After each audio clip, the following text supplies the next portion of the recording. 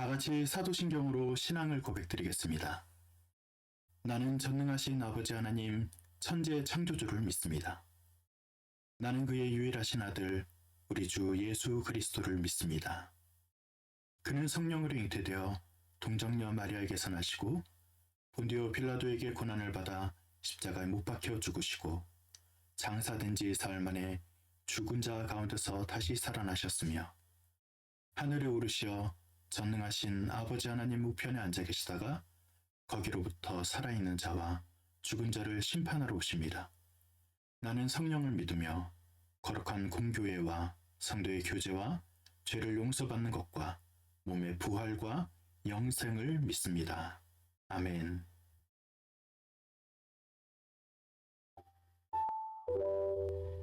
한 주간 잘 지내셨는지, 또 하나님이 우리와 함께 하시는 것이 정말로 경험되는 삶을 사셨는지 이 시간 함께 돌아보고 또 하나님께 여쭤보는 시간을 갖기를 원합니다.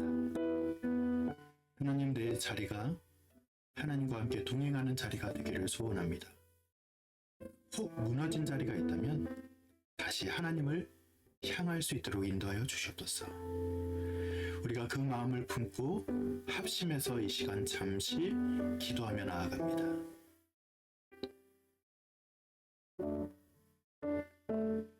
하나님, 도우시옵소서. 주님과 함께 동행하는 이 삶이 복된 삶이 되게 하여 주시옵소서. 우리가 어디 있거나 하나님과 함께 동행하는 것으로 만족하며 살아가는 그런 인생이 되게 하여 주시옵소서. 우리 연약함을 도우시고 우리의 부족함을 아시는 하나님께서 우리를 채우시고 우리를 다시 한번 힘이 나게 하실 줄 믿습니다. 주의 복된 삶을 아버지 안에 살아가는 우리 인생이 될 수 있도록 인도하여 주옵소서. 이 시간 함께 기도하는 모든 이에게 주의 그 복이 임하게 하여 주시옵소서. 주님 도우시옵소서. 인도하여 주시옵소서. 하나님, 감사합니다. 우리 인생의 모든 주인 되시는 하나님과 함께 동행하는 것이 우리의 참된 복인 것을 깨닫는 삶이 되게 하여 주시옵소서. 이 나라 민족도 하나님 때문에 살아가는 민족이 되게 하시고 우리의 가정과 우리의 교회와 우리의 삶도 하나님 때문에 복을 누리는 삶이 되게 하여 주시옵소서. 때로는 우리에게 거짓이 있다면, 아버지 하나님 우리에게 죄악이 있다면 용서하시고 방향을 틀어 회개하게 하시고 다시 한번 하나님이 원하시는 삶으로 전진해 나갈 수 있도록 인도하여 주시옵소서. 건강이 필요한 자들에게는 건강의 복을, 물질이 필요한 자들에게는 물질의 복을, 지혜와 지식이 필요한 자들에게는 지혜와 지식의 복을 더하여 주시고, 우리의 구하는 것이 우리 욕심을 따라 구하는 것이 아니라 하나님의 나라를 위해서 정직하게 구하는 것이 되게 하시고 또 응답받는 삶을 살게 하여 주시옵소서. 오늘 우리가 예배 가운데 말씀 가운데 깨닫게 되는 바가 있기를 소원하며 감사드리며 예수님의 이름으로 기도드립니다. 아멘.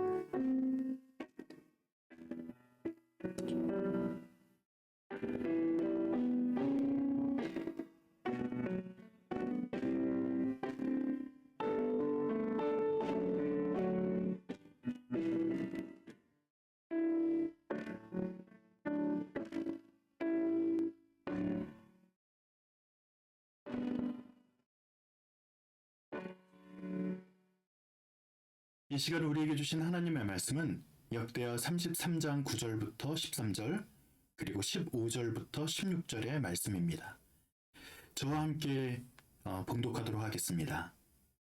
그런데 므낫세는 유다 백성과 예루살렘 주민을 꾀어서 악행을 저지르게 할 것이다. 그들이 저지른 악은 본래 이 땅에 살다가 이스라엘 자손이 보는 앞에서 주께 멸망당한 그 여러 민족이 저지른 악보다 더욱 흉악하였다.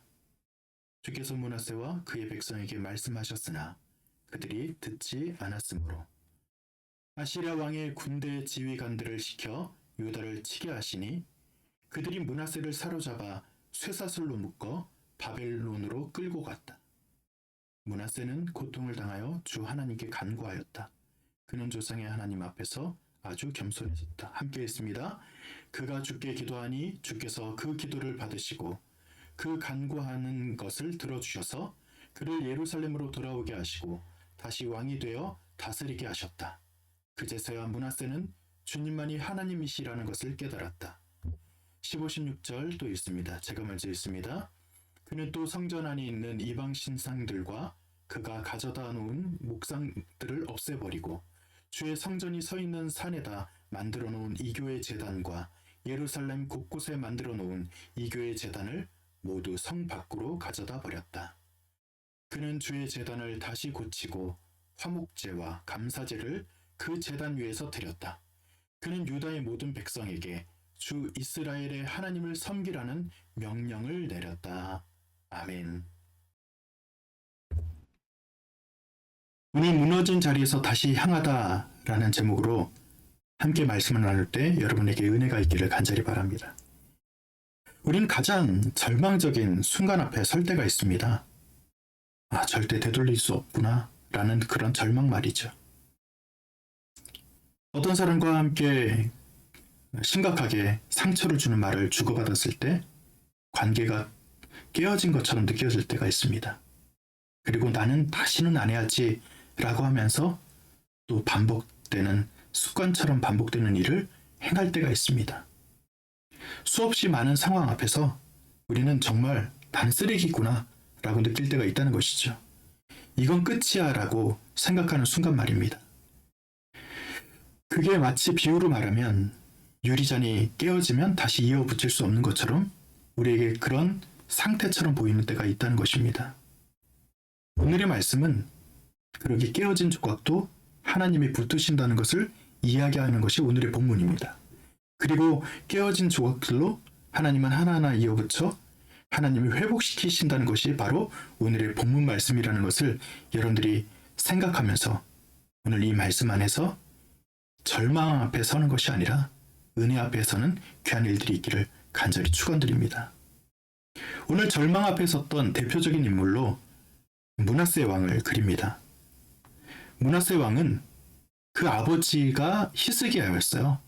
그러니까 신앙적으로 굉장히 선했던 사람이고 잘못된 신앙의 정책들을 다시 회복시켰던 왕이었던 히스기야의 다음 왕으로 므낫세는 그려집니다. 그는 아버지와 다릅니다.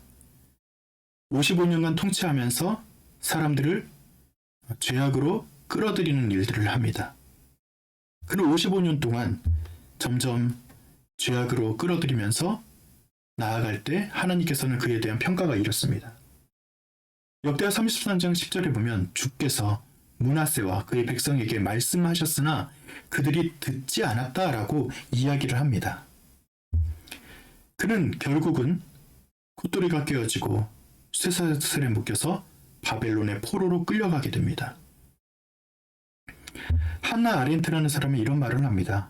악은 거대한 의지보다 무감각에서 시작된다라고 말입니다. 한나 아렌트는 1961년에 나치 전범이었던 아돌프 아이히만의 재판을 취재하면서 이런 이야기를 하게 되는데, 악이라고 하는 게 거대한 의지를 가지고서 막 내가 악한 일을 해야지 이런 것이 아니라 무감각에서부터 시작된다라고 그는 평가를 했어요. 이게 므낫세의 모습과 어떤 모습으로 연결이 되냐면, 므낫세가 통치했던 기간이 몇 년이었다고요? 55년이었다고요. 그가 55년 처음에 12살이 될 때 처음부터 나는 아버지와 달리 악한 일을 해야지 그렇게 다짐을 했을까요? 그렇지 않습니다. 그도 좋은 왕이 되고 싶었고 좋은 선행을 하고 싶었을 것입니다. 그래서 이것저것 정책을 하다 보니까 아버지가 선택했던 신앙보다는 아수르를 선택하고 아수르를 의지하는 것이 우리에게 좀 더 유리하겠다라고 생각하면서 조금씩 악의 방향으로 나아가다 보니까 어떻게 된 것이죠? 그 무감각한 그 상황에서 나도 무감각해지고 백성들도 무감각하게 만드는 그런 일들을 그렇게 진행을 시켰다는 것입니다. 여러분, 우리는요 굉장히 악한 일을 해야지라고 사는 사람이 아무도 없어요. 마치 우리가 살아갈 때 악한 일을 해야지라고 살아가는 것보다는 좀 더 선한 일을 해야지라고 하는데 어쩔 수 없이 내가 악한 일을 선택하고 그것 때문에 조금씩 선을 넘다가 그러다가 아까 전에 말했던 것처럼 난 정말 절망적이구나, 난 쓰레기구나 하는 상태까지 이르게 된다는 것이죠. 그렇게 우리가 가장 절망적인 상황에 맞닥뜨렸을 때 칼 융이라는 사람은 이런 이야기를 합니다. 인간은 그림자를 직면할 때 비로소 자기 자신을 본다 라고 그는 이야기했어요. 완전한 어둠에 오래 있으면 빛에 민감하게 되죠. 아주 캄캄한 어둠 가운데 있으면 저 멀리서 느껴지는 그 빛이 굉장히 강렬하게 느껴지는 것이 우리의 본성입니다. 므낫세는 서서히 무감각하게 젖어 들어갔지만 그 감옥에서 바벨론의 포로에 끌려갔을 때 그는 그렇게 가장 절체절명의 순간에서 하나님께서 자기 자신을 바라보시는 모습, 하나님의 빛을 향해서 그가 마음을 향하게 된다는 것입니다. 그래서 역대하 33장 12절과 13절에는 이렇게 기록하고 있습니다. 므낫세는 고통을 당하여 주 하나님께 간구하였다라고 말입니다. 그는 조상의 하나님 앞에서 아주 겸손해졌다라고 성경에서는 묘사하고 있습니다. 그래서 겸손해진 그가 어떻게 합니까? 그가 주께 기도하기 시작합니다. 그리고 주께서 그 기도를 받으시고 그 간구하는 것을 들어주셔서 그를 예루살렘으로 돌아오게 하시고 다시 왕이 되어 다스리게 하셨다. 그제서야 므낫세는 주님만이 하나님이시라는 것을 깨달았다라고 성경에서는 이야기하고 있습니다. 즉 하나님께서는 가장 어두운 상황에서 그를 버려두지 않았어요. 고통을 당할 때 그는 어떻게 했다고요? 하나님께 간구하게 되었고 또 하나님 앞에 겸손해졌다라고 말하고 있습니다. 그의 과거가 사라진 것이 아니라 그의 과거가 하나님 앞에서 현재로 바뀌었고 그의 상태가 바뀌었다라고 이야기하는 것을 여러분 잘 들어보시기 바랍니다. 그런데 저는 오늘 이 말씀을 읽으면서 한 가지 좀 주목해 보았던 단어가 있습니다. 뭐냐면 13절의 후반절에 나오는 그제서야 라는 단어입니다. 저는 이 단어가 그냥 기도했고 그거 회복되었다. 그래서 하나님이 은혜 주셨다. 이렇게 끝나는 줄 알았는데 성경을 자세히 묵상하다 보니까 그제서야라는 그런 단어가 굉장히 낯설게 느껴졌어요. 뭐냐면 그제서야는 뭐예요? 아, 그가 왕이 되고 나니까 주님만이 하나님이시라는 것을 깨달았다는 거예요. 그러니까 그 위에 했던 행위, 어떤 행위를 하죠? 하나님께 간구하고 겸손해지고 기도하고 하는 행위가 되게 어떻게 보면 의심하는 상황으로 그려진다는 것을 알게 되었습니다. 아, 그런 믿음이 부족했나? 므낫세의 그 기도는 완전한 믿음이 아니었던가? 라는 생각을 했다는 것이죠. 여러분, 이걸 어떻게 해석해야 됩니까? 바벨론의 그 감옥에서 갈고리에 꿰어서 있었던 포로, 왕의 자리도 힘도 자존심도 모두 잃은 그 상태에서 했던 그의 기도는 믿음의 기도가 아니었나? 라는 생각을 해보았습니다. 그런데 그 기도는 믿음이 없는 기도가 아니다 라고 평가할 수 없는 것이에요. 뭐냐 하면 여러분들이 만약에 그런 똑같은 상황이 있다고 한번 가정해 보세요. 내가 가장 어두운 상황에 있어요. 절망 속에 있어요. 절벽 앞에 서 있는 것 같아요. 모두 깨어져 버린 유리장 같아요. 그때 여러분이 하는 기도는 무슨 기도를 할 수 있습니까? 내가 완전히 믿어서 믿습니다! 이러고 기도하는 사람들이 간혹 있죠. 그런데 그거는 조금 거짓말이 들어간 걸 수 있어요. 지금 상황이 아무것도 변하지 않았는데 내가 믿는다라고 외친다고 해서 진짜로 믿어집니까? 아니요. 그때 하는 기도는요. 하나님, 진짜 당신이 살아계시다면 정말 저를 구해주세요. 라고 부르짖는 그런 절체절명의 순간에서 하는 기도는 완전한 믿음의 기도가 아니라 완전한 의지의 방향을 가진 기도라는 거예요.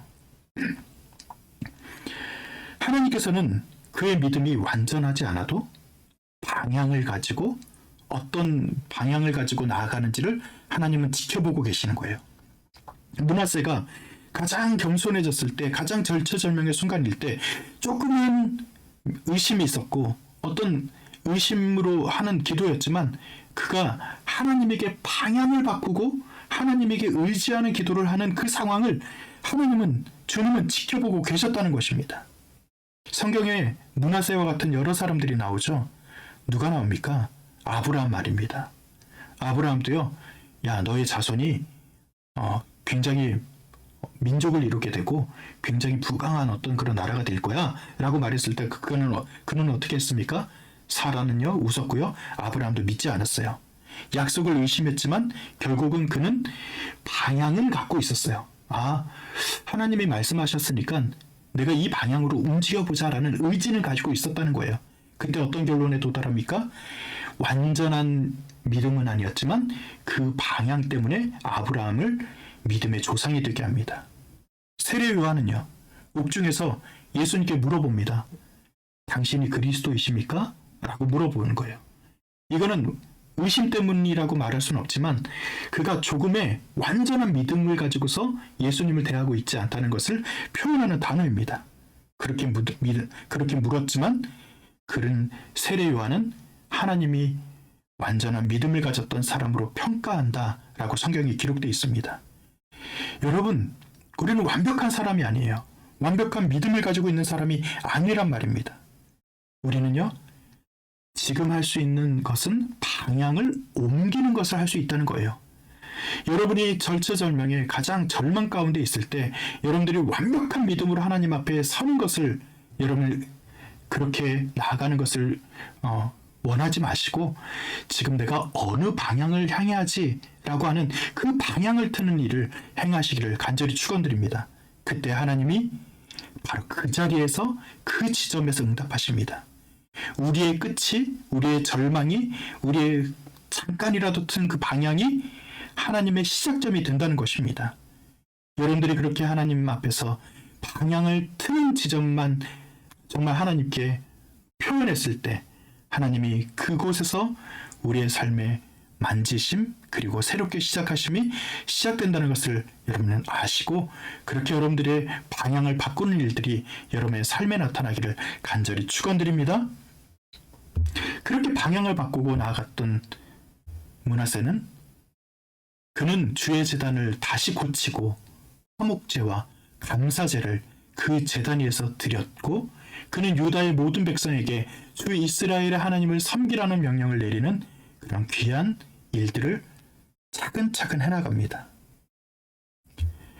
여러분, 제가 이 설교를 준비하면서 가골이라는 재미있는 단어를 발견을 했어요. 이게 뭐냐면 다리가 부러지잖아요. 그리고 염증이 생기죠.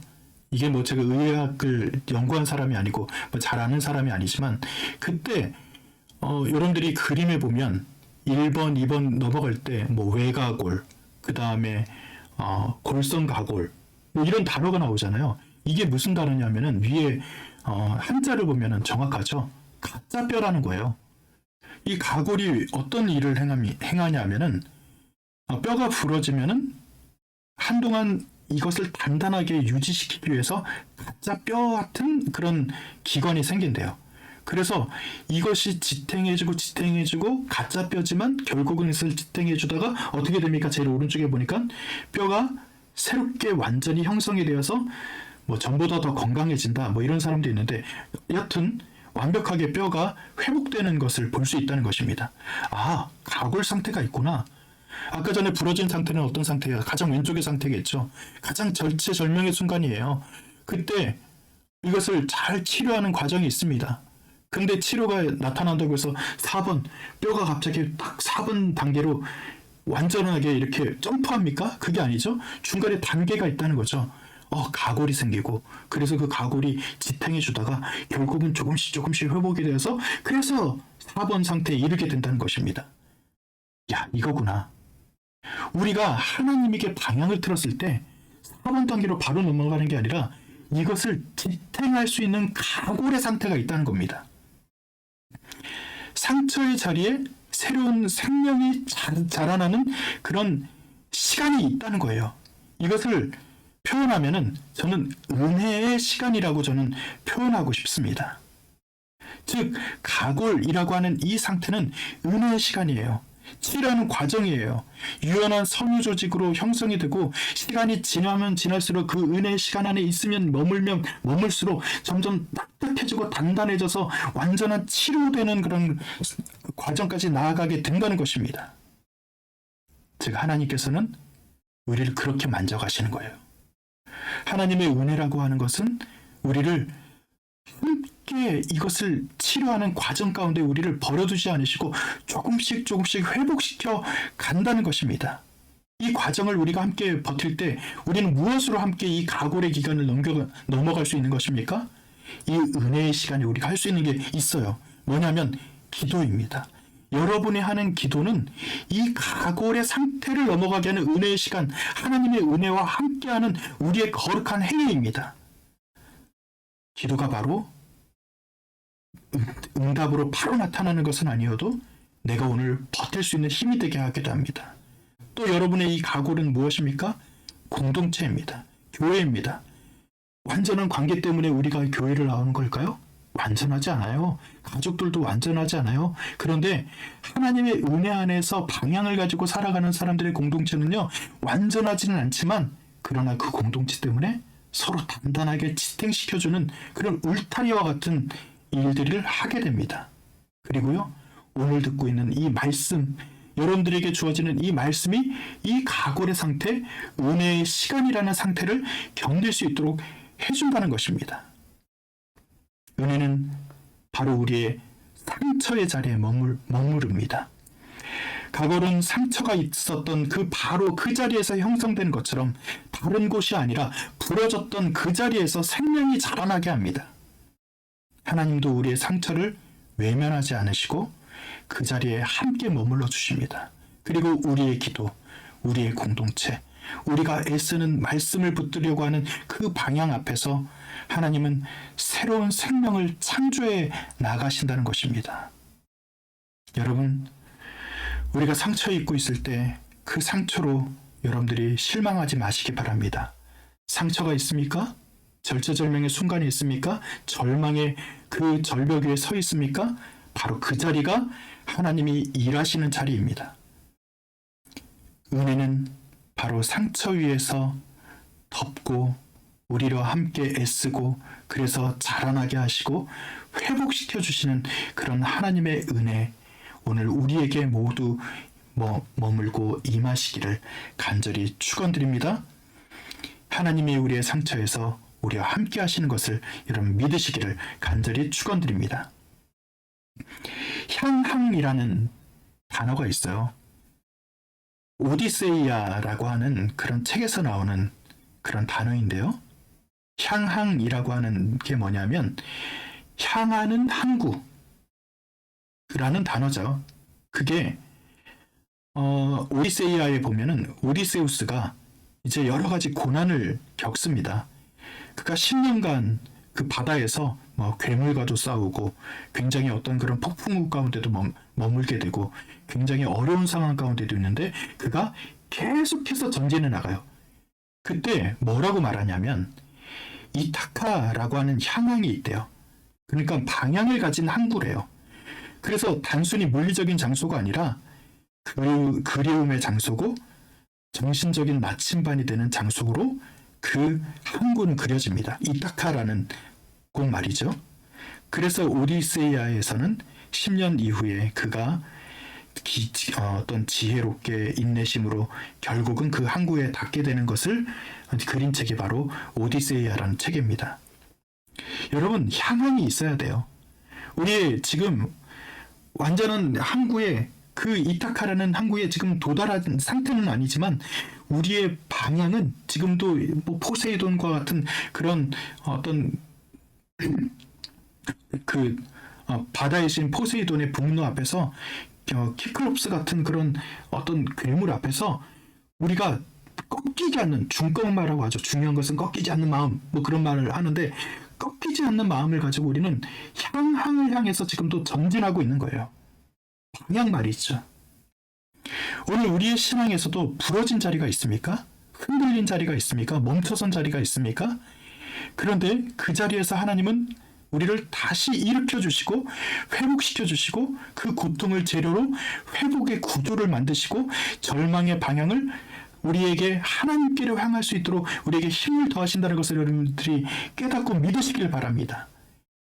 부러짐이 끝이 아니라 다시 말씀드리지만 상처 위에 자라는 가골이 있고 그 가골이 하나님을 향한 향항으로 굳어질 때 기도의 공동체, 기도와 말씀과 함께하는 그 공동체 안에서 우리가 그 구조를 만들어갈 때 우리는 하나님 안에서 단단히 굳어지게 되는, 그래서 굳세어지는 그런 경험을 다시 하게 될 것입니다. 지금 연약한 자리에서 우리의 방향이 하나님께로 향하기를 간절히 축원드립니다. 그래서 오늘의 말씀의 전체적인 제목처럼 무너진 자리에서 다시 향하는 것입니다. 므낫세가 다시 그 절망의 순간에서 그 희미한 빛을 발견하고 그것을 향해서 부르짖는 기도를 했을 때 하나님이 결국 그를 완벽히 회복시키시고 그래서 그제서야 그가 하나님이 계시다는 것을 진짜로 깨달았다라고 말하는 것처럼 그제서야 라는 그런 결론이 우리에게도 도달하게 될 줄로 믿습니다. 지금 절망의 순간에서 넘어져 있는 것이 아니라 다시 향함으로, 그래서 가골의 상태가 단단해지고 단단한 뼈가 되는 그런 회복의 상태로 나아가는 우리 모두가 되시기를 간절히 축원드립니다. 우리가 오늘 말씀을 기억하면서 함께 기도하기를 원합니다. 이렇게 한번 기도해 보세요. 나의 절망은 무엇인가? 돌아보시고 이 절망 앞에서 우리는 실망만 하고 넘어져 있는 것은 아닌가? 한번 살펴보시기 바랍니다. 그 악했던 왕 므낫세도 하나님을 향했을 때 그제서야 하나님께서 완전하게 회복시키는 것을 경험했던 것처럼 우리도 하나님에게 향하기만 했더니 그제서야, 그때야 하나님의 완벽하게 하시는 것을 경험하게 될 줄 믿습니다. 우리의 가골의 상태는 기도와 말씀과 공동체 안에서 새롭게 될 줄 믿습니다. 그것을 기대하면서 우리가 합심해서 기도합니다. 하나님, 넘어져 있게만 하지 마시고 다시 한번 일어나게 하여 주시옵소서. 다시 회복하게 하여 주시옵소서.